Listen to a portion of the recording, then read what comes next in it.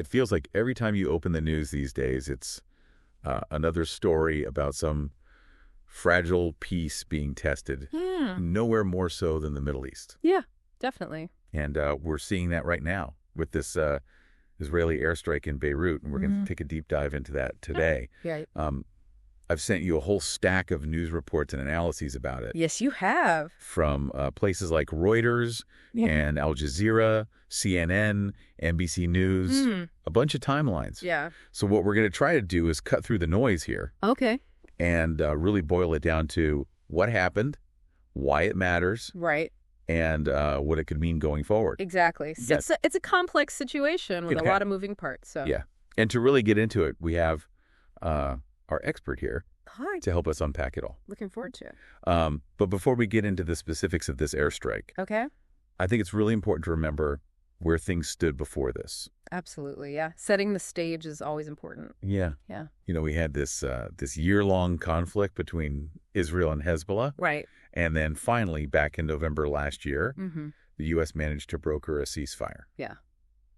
But, you know, even with the ceasefire in place, things have been really tense. Oh, incredibly tense. As you know, a ceasefire doesn't necessarily mean a resolution. No, it doesn't. It doesn't at all. It's just a pause. Yeah. Yeah. So that's where we were when this airstrike happened. Right. So maybe we can start there. Okay. Can you walk us through exactly what happened with this airstrike? Sure. So, according to the reports, it happened early Tuesday morning, April 1st. Okay. In the southern suburbs of Beirut. Okay. In an area called Dahiyeh, which is, you know, a Hezbollah stronghold. Okay. A very densely populated area. Okay. And the target was a building. Okay. And according to Lebanese officials, 4 people were killed, including a woman. Yeah. And 7 others were wounded. And reportedly, it was 2 missiles that hit the top 3 floors of this building. Okay, so very precise. Yeah, sounds like it. And one thing that's interesting is that witnesses are saying there was no warning before this strike. Yeah. Unlike last Friday. Okay, yeah, last Friday there was a different strike. Right. They announced the target beforehand and told people to evacuate, but this time, nothing. Wow. Which makes you wonder why the difference in approach. Yeah. Right. That's a really good question. Yeah. Why the different approach? Yeah. I mean, the sources don't say explicitly, but you have to think maybe a higher level of urgency this time. Yeah, could be. Maybe a different kind of target. Or both, maybe. Yeah, possibly both. Yeah, that's And the damage reports kind of support that idea of a very targeted strike. Okay. How so? Well, they say there was significant damage to the top 3 floors. You know, structural damage, debris hitting cars nearby. But interestingly, one report mentioned that the windows on the lower floors were intact. Oh, wow. So, you know, very focused on the upper part of the building. Yeah, very precise. Seems like it. So that gives us a sense of the event itself. Okay. But of course, the big question is why? Right. What's the justification? Yeah. Yeah. So what is Israel saying about why they carried out this airstrike? So they're saying the target was Hassan Bdeir, who they say was a Hezbollah official, but also a member of Iran's Quds force, which is part of the Iranian Revolutionary Guard, responsible for, you know, external operations, clandestine stuff. It's a serious business. Yeah. And even more than that, Israel is claiming that Bdeir was helping Hamas plan a terror attack on Israeli civilians. And they're saying this was a significant and imminent threat. That's their language, yes. Significant and imminent. Do they offer any proof of that? That's a good question. And from what I saw in these reports, they haven't publicly provided any specific evidence to back up that claim. So at this point, it's really just an assertion. Okay, so what have Israeli officials been saying publicly about all this? Well, Foreign Minister Gideon Sa'ar has been the most vocal. He's called Bdeir a real and immediate threat, even a ticking bomb. Wow. So really emphasizing the urgency. He also put the onus on Lebanon, saying that they need to take action against these terrorist groups that are operating within their borders. So that's Israel's side of the story. What about Hezbollah and Lebanon? How have they reacted to this airstrike? Well, as you might expect, they've condemned it very strongly. Hezbollah confirmed that Bdeir was killed, along with his son, who they said was also a member. And a Lebanese security source even said that Bdeir was in charge of what they called the Palestinian file. The Palestinian file. Yeah, meaning he was directly involved in supporting groups like Hamas. So, a very sensitive role. And what about the Lebanese government? Well, President Aoun called the strike a dangerous warning. Okay. And a sign of premeditated intentions. Okay. And Prime Minister Salam said it was a flagrant breach of UN Resolution 1701. Right, the resolution that established the ceasefire. Exactly. And just to remind everyone, Resolution 1701 called for Israel to withdraw from Lebanon. Right, although they still have some positions there. Yeah. And it called for Hezbollah to disarm and withdraw from the south.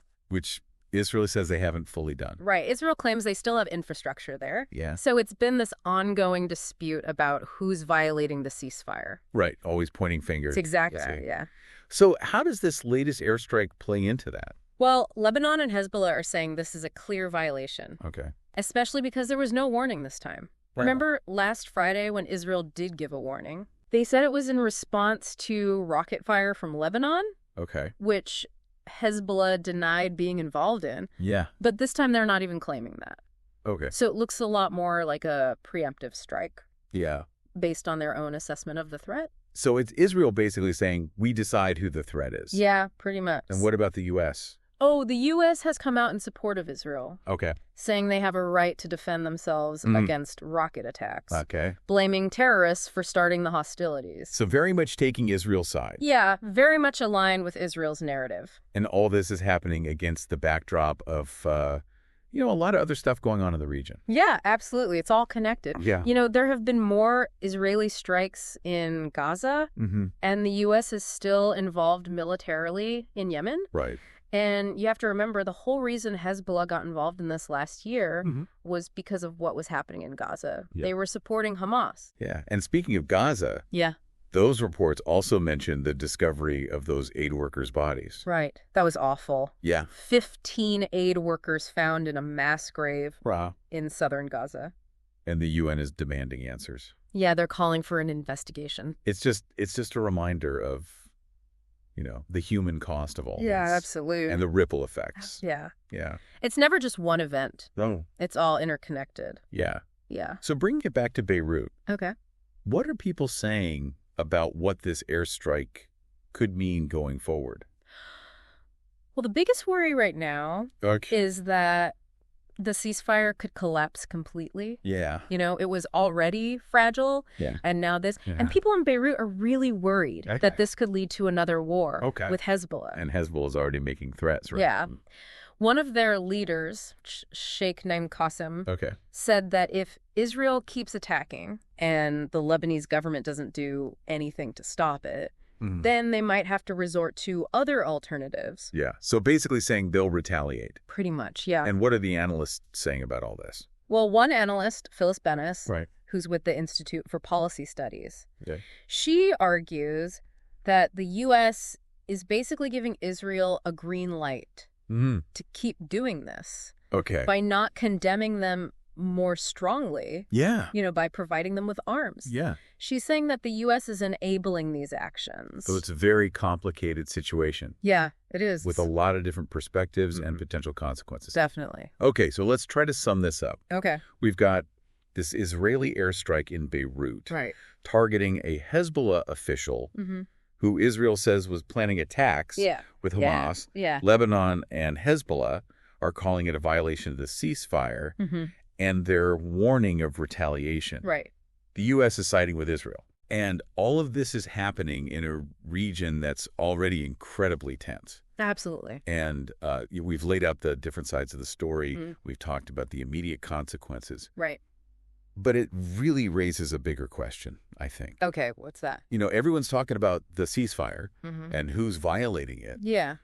But Israel's also talking about securing their borders, preventing future attacks. Yeah. And then you have Hezbollah, which is, this huge force within Lebanon. Yeah, a major... So the question is, how can any peace agreement actually work in this kind of environment when you have all these different actors with their own goals and their own ideas of what security means? Yeah. You can't just paper over those differences. Right, exactly. Yeah. So that's something I think we all need to keep thinking about. I agree. It's a coin that goes far beyond this one event. Yeah. It's really at the heart of the whole conflict. It is. Yeah. So thanks for helping us unpack all this. Of course. It's been a really interesting discussion. It has. It's been a lot to take in. Yeah, it has. But I think we've given everyone a lot to think about. I hope so. So until next time. See you then. Stay informed. And stay curious. Yeah, absolutely.